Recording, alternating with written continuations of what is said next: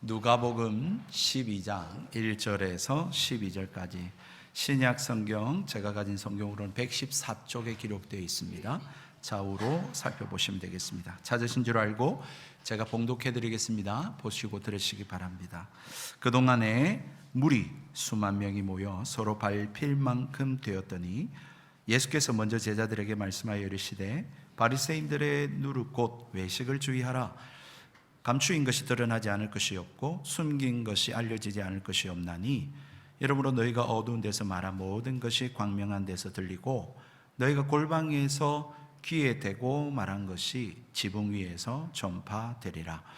내가 내 친구 너희에게 말하노니 몸을 죽이고 그 후에는 능히 더 못하는 자들을 두려워하지 말라. 마땅히 두려워할 자를 내가 너희에게 보이리니 곧 죽인 후에 또한 지옥에 던져 넣는 권세 있는 그를 두려워하라. 내가 참으로 너희에게 이르노니 그를 두려워하라. 참새 5마리가 두 아사리온에 팔리는 것이 아니냐? 그러나 하나님 앞에는 그 하나도 잊어버리시는 바 되지 아니하는도다. 너희에게는 심지어 머리털까지도 다 세신 바 되었나니 두려워하지 말라. 너희는 많은 참새보다 더 귀하니라. 내가 또 너희에게 말하노니 누구든지 사람 앞에서 나를 시인하면 인자도 하나님의 사자들 앞에서 그를 시인할 것이요 사람 앞에서 나를 부인하는 자는 하나님의 사자들 앞에서 부인을 당하리라. 누구든지 말로 인자를 거역하면 사하심을 받으려니와 성령을 모독하는 자는 사하심을 받지 못하리라. 사람이 너희를 회당이나 위정자나 권세 있는 자 앞에 끌고 가거든 어떻게 무엇으로 대답하며 무엇으로 말할까 염려하지 말라. 마땅히 할 말을 성령이 곧 그때에 너희에게 가르치시리라 하시니라. 아멘. 예수님의 가르침이 계속되고 있습니다. 주님의 말씀을 들으십시오. 기독교는 정직하고 솔직합니다. 교세를 확장하기 위해서나 또는 사람의 환심을 사기 위해서 진리가 아닌데 진리인 양 설렁설렁 넘어가지 않습니다. 그동안 예수님의 다소 냉소적이고 또한 준엄한 말씀에 당혹스럽기도 하고 마음이 무겁기도 했습니다. 평소에 우리가 생각하던 그런 인자하시고 자상하시고 소위 사랑이 많으셔서 그 사랑으로 덮으시고 감싸주시는 예수님이 아니었습니다. 하지만 진정 예수님은 우리를 사랑하시죠. 그리고 이것이 진정 사랑이죠. 영원과 생명이 달려있는 일에 위험성이 있으면서도 말해주지 않는 것, 그거는 사랑이 아니죠. 그건 오히려 기만입니다. 그래도 목사님 지난주 말씀까지도 충분했습니다. 신앙의 위선을 경계하고 주의를 기울일 수 있는 말씀이었다고 생각이 됩니다. 우리는 그렇게 이야기하지만 주님은 거기에서 멈추지 않으십니다.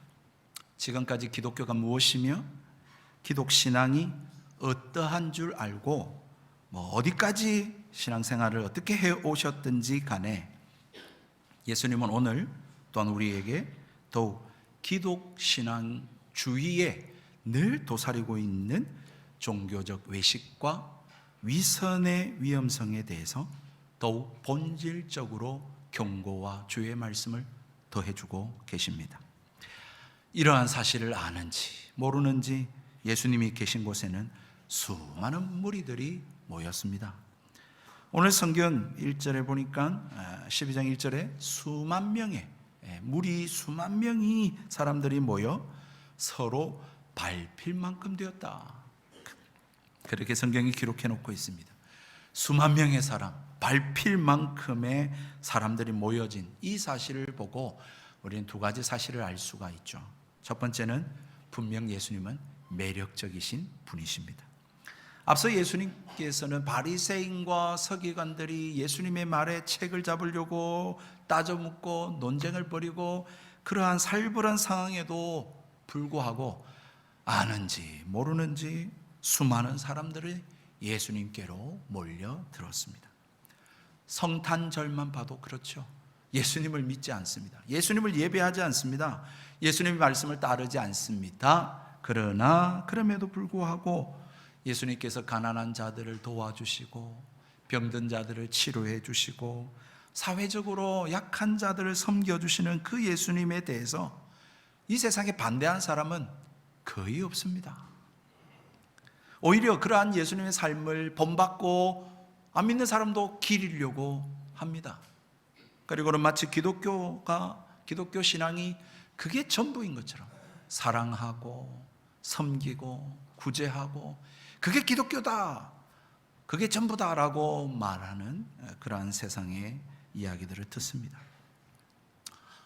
두 번째로 우리가 알 수 있는 것은 그럼에도 불구하고 예수님의 시선은 그 수많은 추종자들에게 시선이 머물러 있지 않으신다라는 것입니다.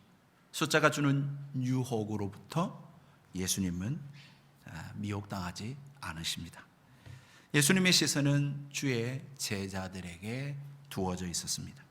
그리고 냉정하리만큼 엄중한 경고의 말씀을 선포하고 계십니다.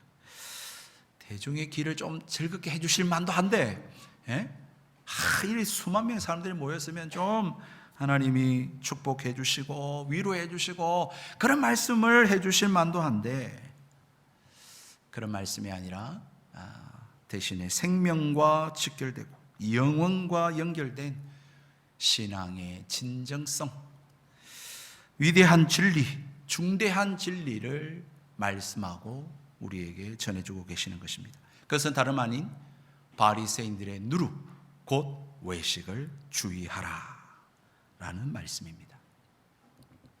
예수님께서는 이전에 바리새인과 서기관들에 대해서 그들의 종교적 위선들, 종교 지도자들에게 보여지는 그러한 위선들을 경고하며 말씀하셨습니다.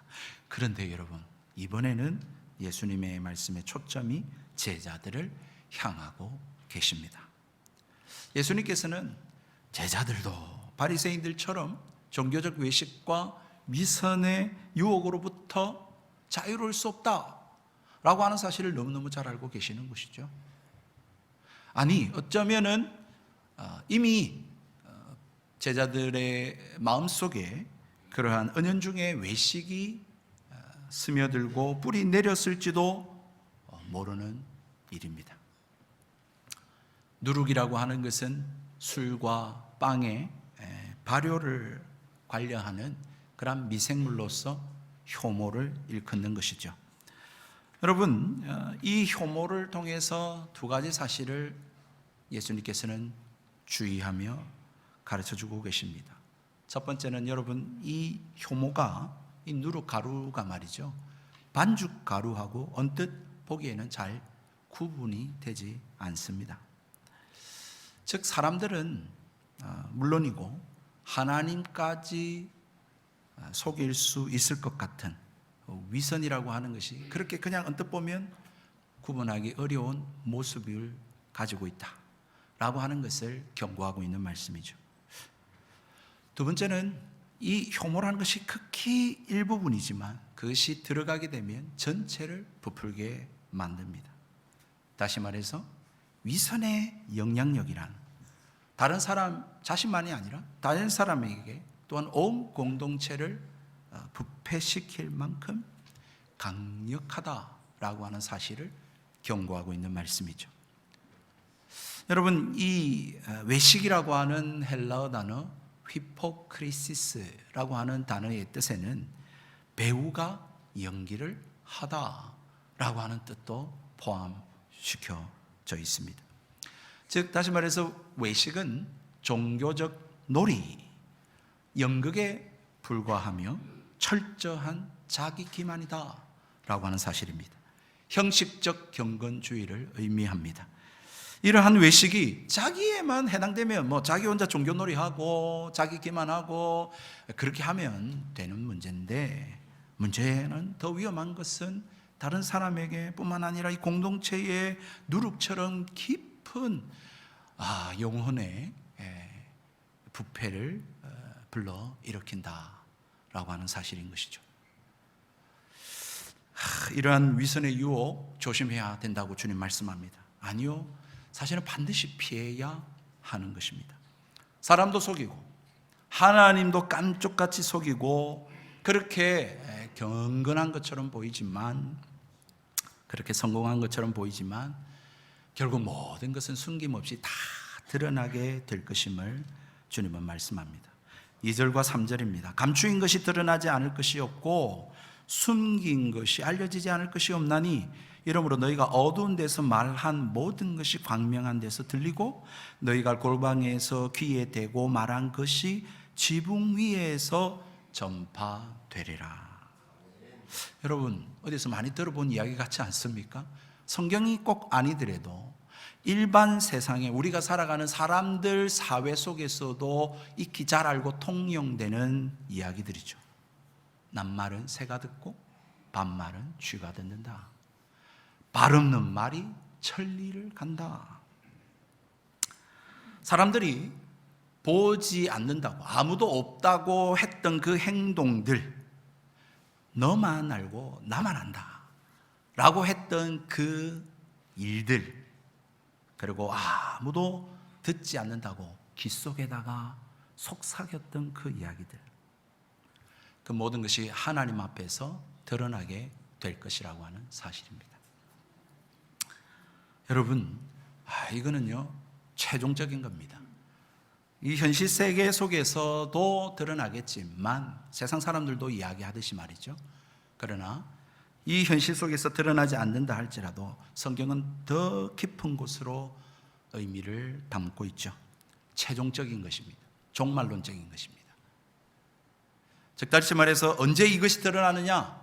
현재에 드러나지 않는다 할지라도 주님 다시 오실 때, 주님 앞에 우리가 섰을 때에 그것이 다 드러나고 밝혀지게 된다라고 하는 사실입니다. 그래서 기독교는 최종적입니다. 그리고 종말론적인 신앙입니다. 끝까지 가봐야 안다라는 거고요. 끝까지 가면 다 누가 옳은지 그른지를 판명나게 된다라는 것입니다. 이런 부분에서 인간적으로 말씀드리지만 기독교 신앙이 참 어려운 겁니다. 현실 속에 그게 팍팍 당장 딱 드러나면 제일 좋은데 그렇지 않는 거죠. 끝까지 가봐야 되는 거예요. 그렇기 때문일까요? 이 외식에 대한 교훈, 위선에 대한 이 교훈은 성경에서 말씀하고 있을 뿐만 아니라 우리가 사는 이 세상 속에서도 다 우리가 알고 이야기하는 바입니다. 잘 아는 바이죠. 그럼에도 불구하고 사람들은 이러한 외식과 위선에 빠집니다. 왜 그럴까요? 왜냐하면 하나님은 눈에 안 보이시기 때문에 그렇습니다. 사람들은 보이지 않는 하나님의 시선보다 보이는 사람들의 시선에 더 의식하고 거기에 노출되어 살아가고 있기 때문입니다. 사람들을 의식하고, 그래서 사람들 눈에만 안 들키면 됩니다. 그렇기 때문에 사람들을 의식하죠. 뿐만 아니라 사람은 어쩔 수 없습니다.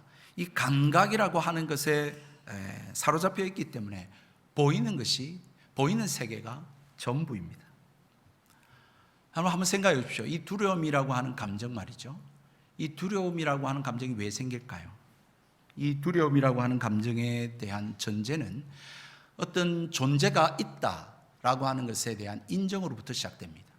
뿐만 아니라 그 존재라고 하는 것이 나에게 어떤 영향을 미칠 수 있다라고 하는 것을 전제하고 있습니다. 거꾸로 말씀드려서 존재하지 않는 것, 내게 어떤 영향도 미치지 않는다면 두려워할 이유가 있겠습니까? 없죠. 다시 말해서 왜 우리는 사람을 의식하느냐? 그 사람이 존재하고 있기 때문입니다. 뿐만 아니라 그 사람이 내게 어떤 영향을 미칠 수 있다라고 생각합니다. 그렇기 때문에 사람은 의식하고 사람에 대해서 두려움을 갖습니다. 그러나 하나님 눈에 안 보이잖아요. 하나님 눈에 안 보입니다. 그리고 그 하나님이 어떤 내게 당장 영향을 미친다고 생각하지 않습니다. 여러분, 그러므로 우리가 하나님의 시선이 아닌 사람의 시선을 의지하고 산다라고 하는 이 종교적 외식과 위선의 문제는 결국은 믿음의 문제인 것이죠. 보이지 않는 하나님을 의식하기보다 보이는 사람을 의식한다라고 하는 것은 눈에 보이지 않는 존재이신 하나님을 인정하지 않는다라는 것입니다. 그 하나님 내게 아무런 영향을 미칠 수 없다라고 고백하는 것과 같습니다. 하나님이 보고 계시는데 하나님 앞에서 행하지 않고 하나님이 아닌 눈에 보이는 사람들을 의식하고 그 앞에서 행한다는 것은 하나님에 대한 존재를 부정하는 것이죠. 모든 것을 보고 계시는 하나님의 시선을 주목하지 않기 때문에 우리는 종교적 위선과 이 외식에 빠지게 되는 것입니다.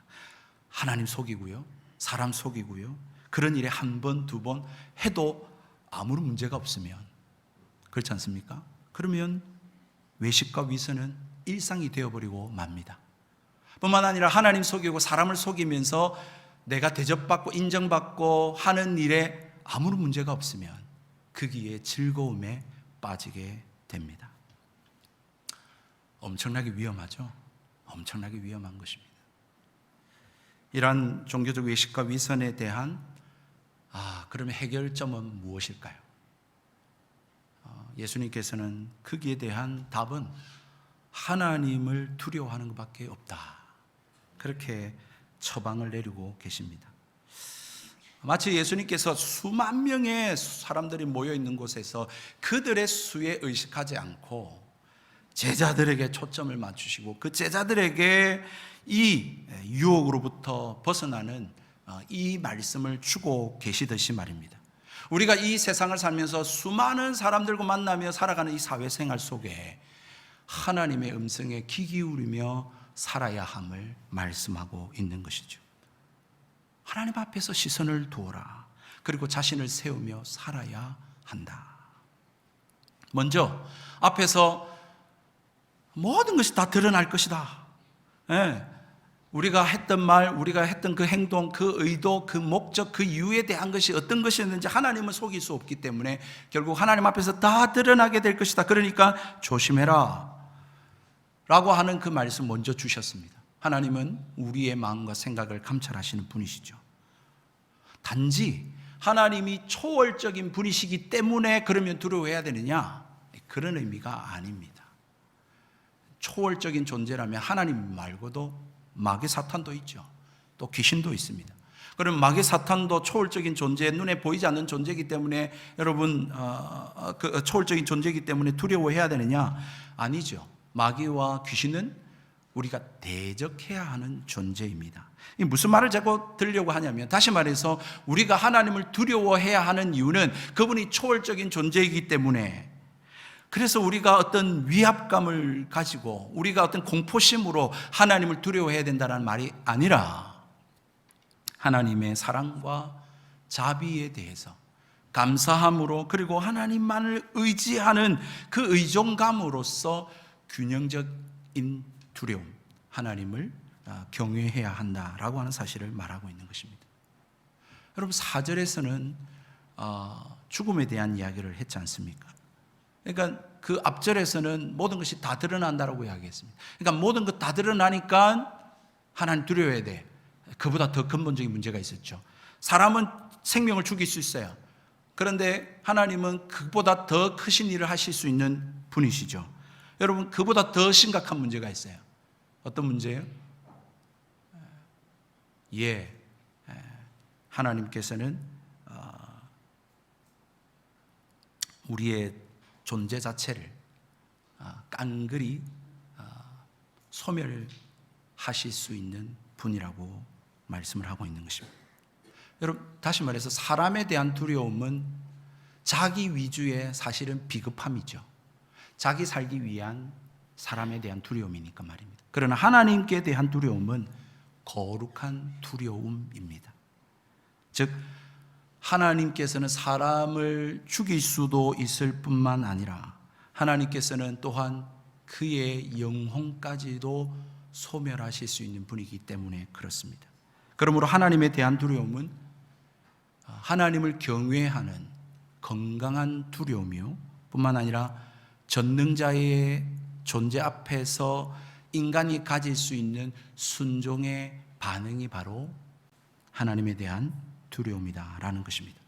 여러분 사람은 우리의 생명을 거둬갈 수 있습니다. 사람도 어떤 그런 힘이 있죠. 그러나 사람의 생명은 거둬갈 수 있지만 그 사람의 본질적인 자아와 정신은 빼앗을 수 없습니다. 그러나 하나님은 사람을 만드셨을 뿐만 아니라 사람의 생명도 거둬가실 수 있을 뿐만 아니라 더 나아가서 그 사람을 지옥에 던져 넣으실 수 있는 분이십니다. 즉 다시 말해서 사람은 제한적인 특성을 지닌 이 육체적 죽음까지는 거둬갈 수 있을지 모르지만 지옥의 전적인 그리고 최종적인 파괴를 할 수 있는 분은 하나님밖에 없다라고 하는 사실입니다. 여러분, 이거는 겁박이 아닙니다. 이거는 협박도 아닙니다. 정말 예수님께서는 우리를 친구라 부르시면서 하시는 진정 어린 사랑으로 말씀하고 계십니다. 여러분 6절 7절 한번 보십시오. 참새 5마리가 두 아사리온에 팔리는 것이 아니냐. 그러나 하나님 앞에서는 그 하나도 잊어버리시는 바 되지 아니하는도다. 너희에게는 심지어 머리털까지도 다 세신 바 되었나니 두려워하지 마라. 너희는 많은 참새보다 더 귀하니라. 그리스도 예수 안에 있으면 하나님과 나와의 관계가 아버지와 자녀의 관계라면 아무것도 사실 두려워할 필요가 없습니다. 지옥에서 영원히 소멸시킬 수 있는 하나님은 뿐만 아니라 참새도 돌보시는 자상하고 사랑의 하나님이십니다. 참새의 죽음조차도 하나님의 뜻이 아니면 이루어지지 않는다라고 하는 것을 통해서 하나님 뭘 약속하고 계십니까? 이 세상 그 어떤 것도 하찮은 그 미물도 여러분 참새가 동물 중에 가장 하찮은 존재로서 비유되고 있는 거거든요. 그 세상에 하찮은 그 참새 미물도 하나님의 뜻이 아니면 하나님이 허락하시지 아니하면 떨어지지 않는다 라고 하는 것을 통하여 이 세상 그 어떤 것도 하나님의 통제와 하나님의 다스림과 하나님의 관심에서 벗어나는 것은 없다 라고 하는 것을 말씀하고 있는 것입니다. 여러분 물론 그렇다고 해서 오해하지 마십시오. 참새도 죽고 그리스도인들도 죽습니다. 다시 말해서 우리가 이 말씀을 가지고 그럼 나는 안 죽는구나, 또는 나는 고난을 받지 않는구나, 거기서부터 하나님이 도망치게 하시고 건져주시는구나, 그러니까 만사 형통이구나, 여러분 그런 약속을 하고 계시는 것이 아닙니다. 성경에서 말씀하고 있는 바는 분명한 것은 뭐냐면 하나님의 자녀라면 하나님이 반드시 친밀한 관심 가운데 두신다라는 것입니다. 하나님이 함께 하신다라고 하는 것입니다. 하나님 모든 것을 알고 계신다라는 것입니다. 하나님의 손에 그 하나님의 자녀의 삶을 두신다라고 하는 것입니다.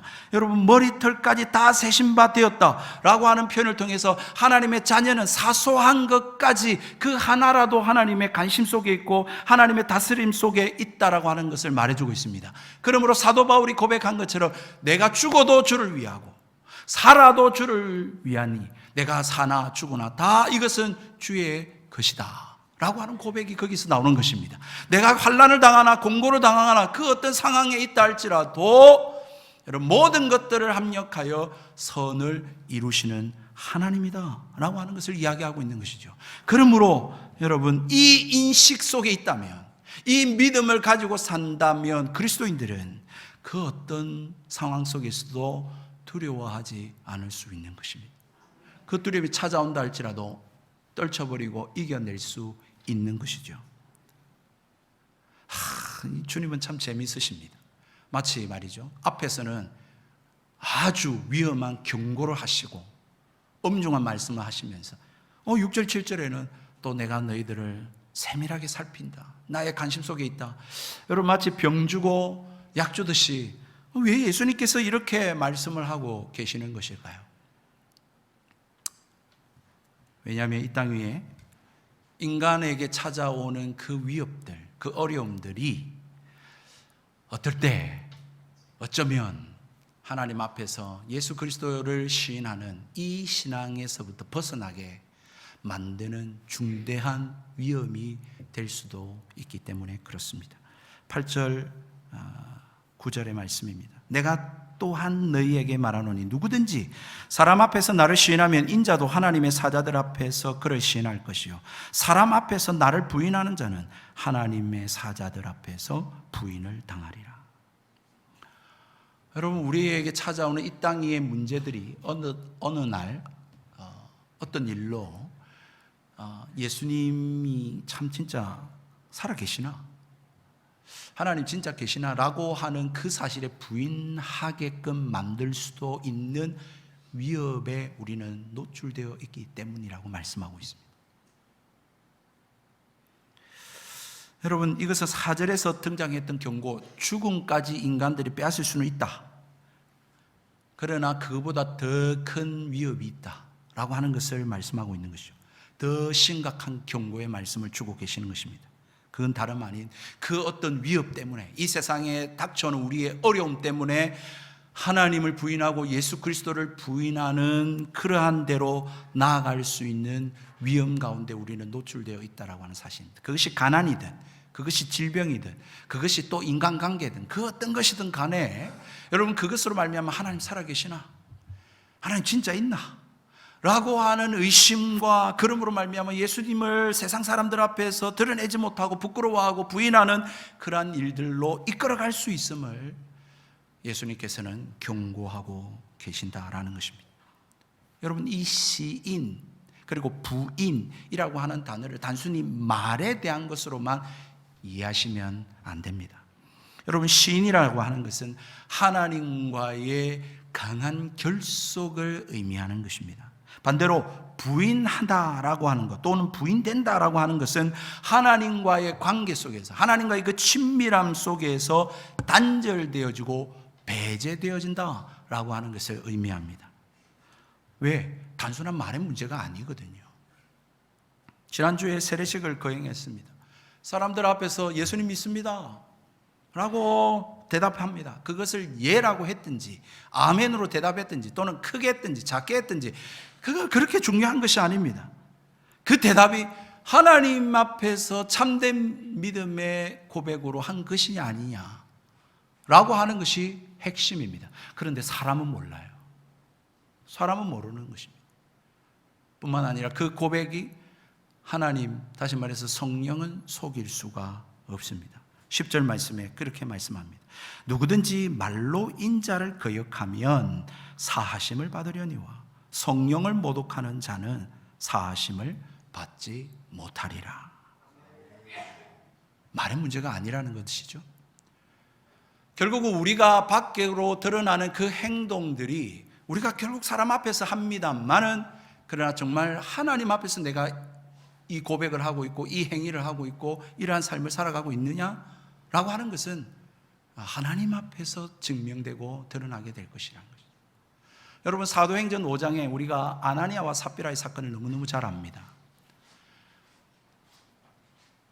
아나니아와 삽비라의 사건에서 문제는 무엇이었을까? 그들은 땅을 팔아 헌금을 했습니다.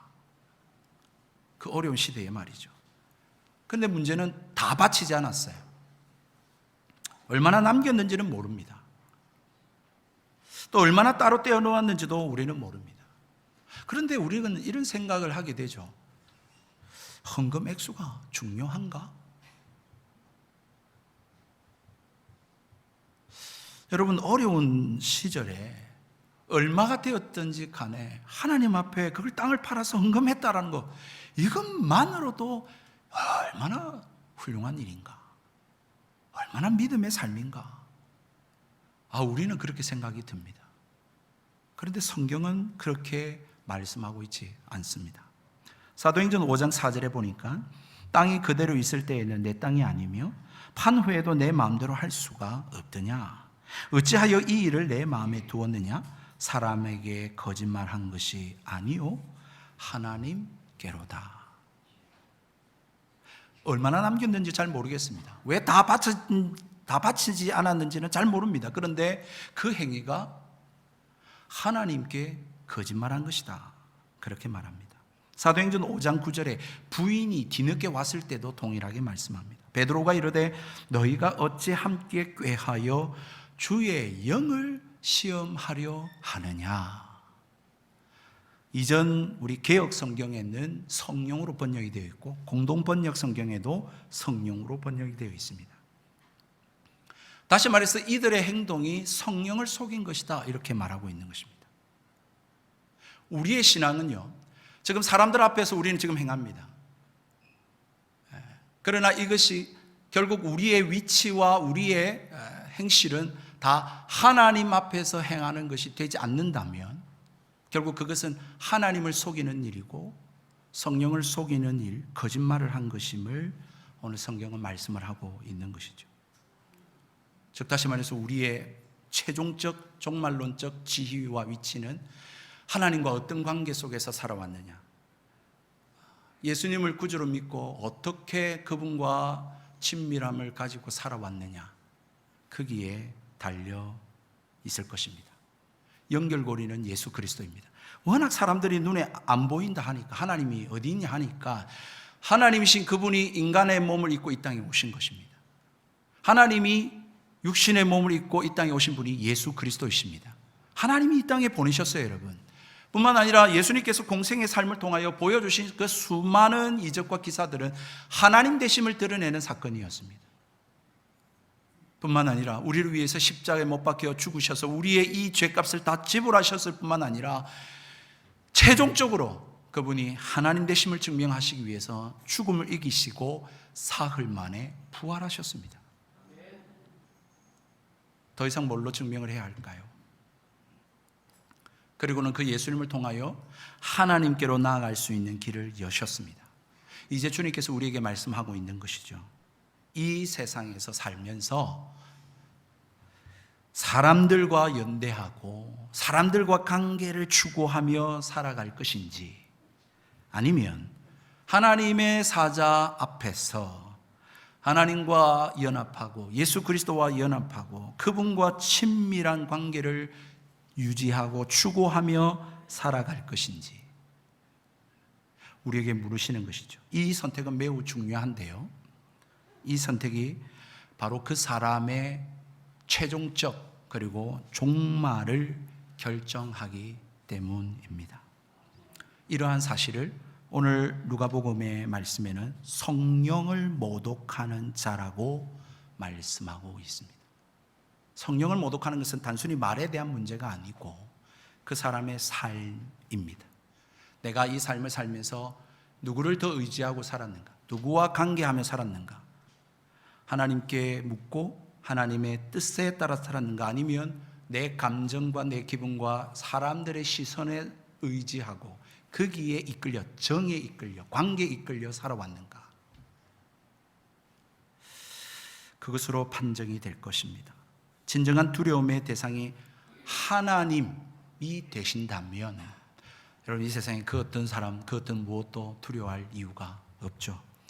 이러한 것을 사회심리학적으로 인지치료적 효과라고 부릅니다. 다시 말해서 영적인 이 놀라운 진리를 여러분이 알고 깨닫고 믿는다면, 그죠?